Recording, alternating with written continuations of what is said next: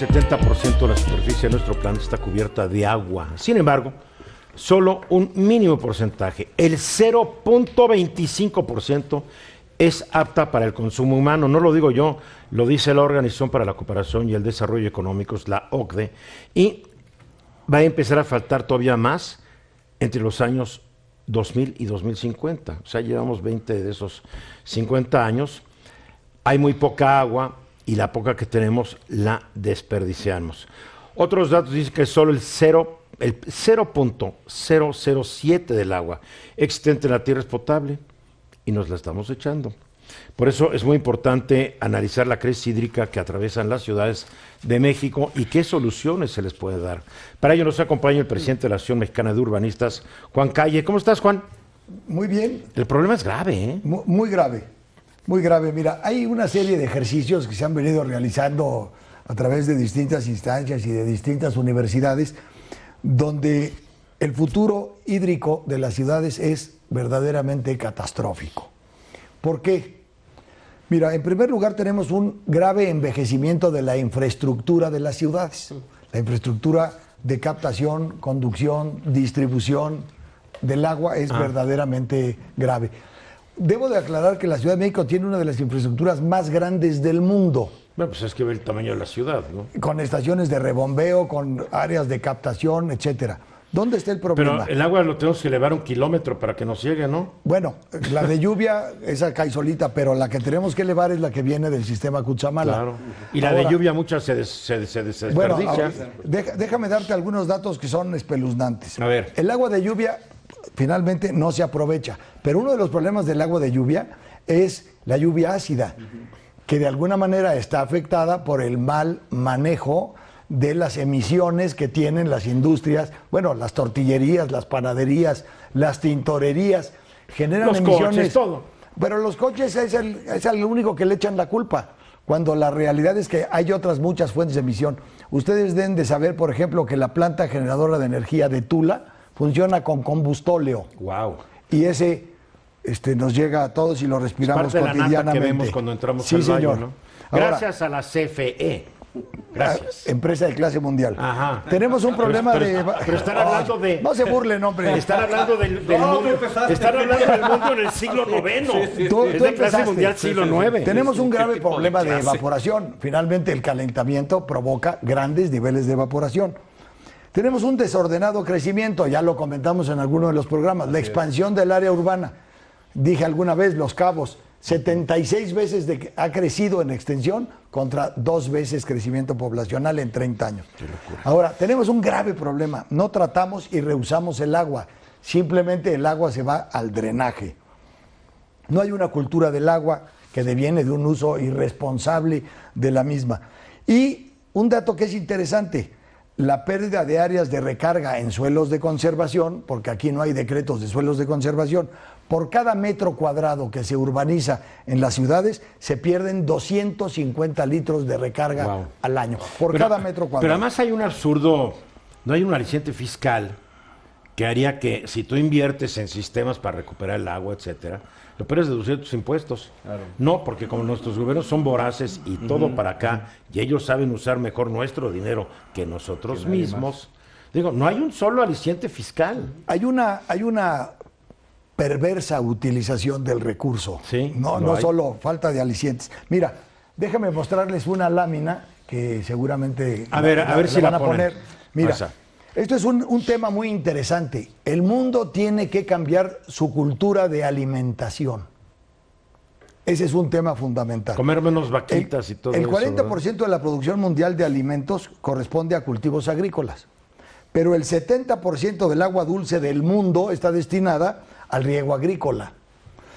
Detalle, según pronósticos de la ONU, la demanda alimentaria de la población aumentará un 70% en el 2050. O sea, estamos a 30 años de que se duplique la demanda del consumo de agua para la producción de usos agrícolas. Ya está dicho. Bueno, vamos a acabar con el agua del mar. Pero una cosa interesante, que es una lámina que viene después, pero que vale la pena señalar, es que producir 1 kilo de carne consume 15,000 litros de agua. 15,000 litros. 15,000 litros de agua producir 1 kilo de carne, contra 1,500 que consume producir 1 kilogramo de trigo. Déjenme comentarles, el balance hídrico pero de la el Ciudad trigo de México... ya, el gluten, ya la gente no quiere gluten.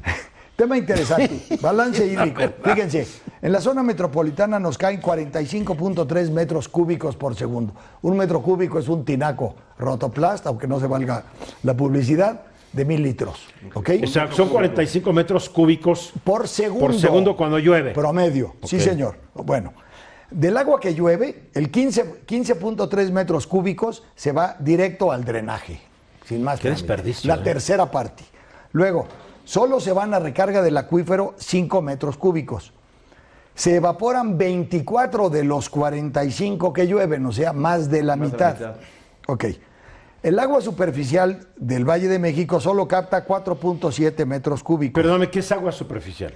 El agua que se acumula en algunos cuerpos de agua, puedes hablar de la zona de Texcoco, puedes hablar de las zonas bajas de la zona metropolitana, que no se va al drenaje, pero que de alguna manera alimenta los acuíferos de la ciudad.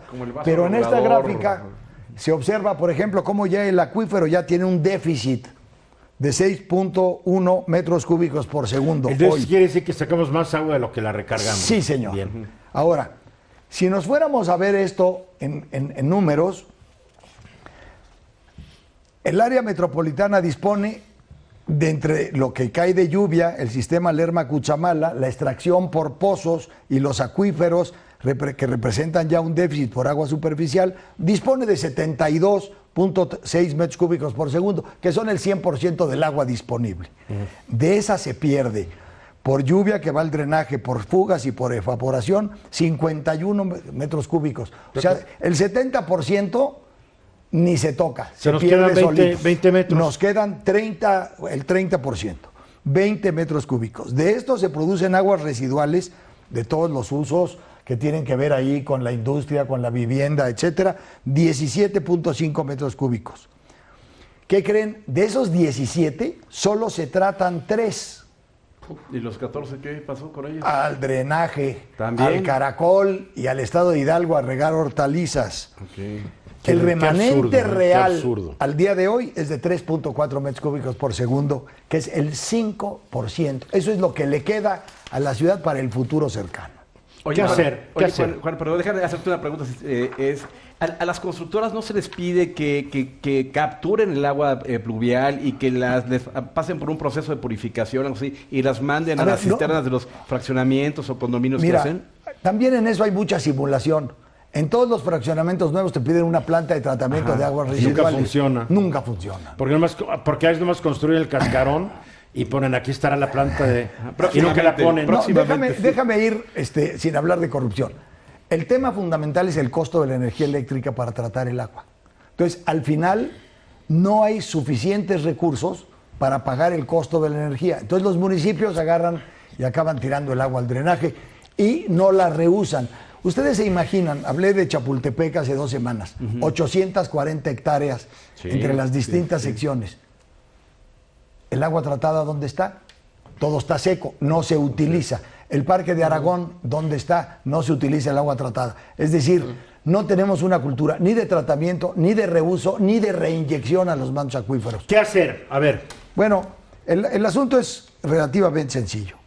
Yo hablé de crear un Instituto Nacional de Planeación y Prospectiva. ¿Por qué? Porque si no tenemos un plan de ordenamiento territorial, regional y urbano, no tenemos cómo enfrentar el reto de hoy y no podemos definir metas de consumo, gasto agrícola, pecuario y forestal del país en los próximos 30 años. Necesitamos planear qué hacemos con el agua que hay, cómo usarla. Les pongo un ejemplo. Los distritos de riego podrían resolver su problema con riego por goteo. No se necesita el riego por aspersión, no necesitamos estar haciendo grandes canales. Necesitamos cambiar el sistema de riego de la agricultura de este país, pero hacerlo ya. Para reducir el consumo, si es el 70% del agua total, hay que bajarlo al 20 o al 30%. Pero una pregunta, tú dices que es sencillo, ¿por qué no se ha hecho?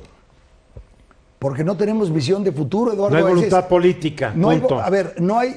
Acuérdate que todo lo hacemos de corto plazo. El chiste es cómo hacemos para que la popularidad se mantenga alta mañana. Es cierto, sí es cierto. Y la corrupción no es ¿Qué un va a factor? pasar con México dentro de 30 años? A ver, ese no es mi problema. Yo nomás fui electo de aquí al 2024. Y se acabó, Y así han sido los regímenes anteriores. Sí, siempre ha sido. Una versión. ¿Mandé? ¿Hay corrupción aquí? Bueno, por supuesto, hay corrupción porque hay perforación de pozos fuera de la ley, porque hay pozos que se han hecho más profundos de lo que permite la ley.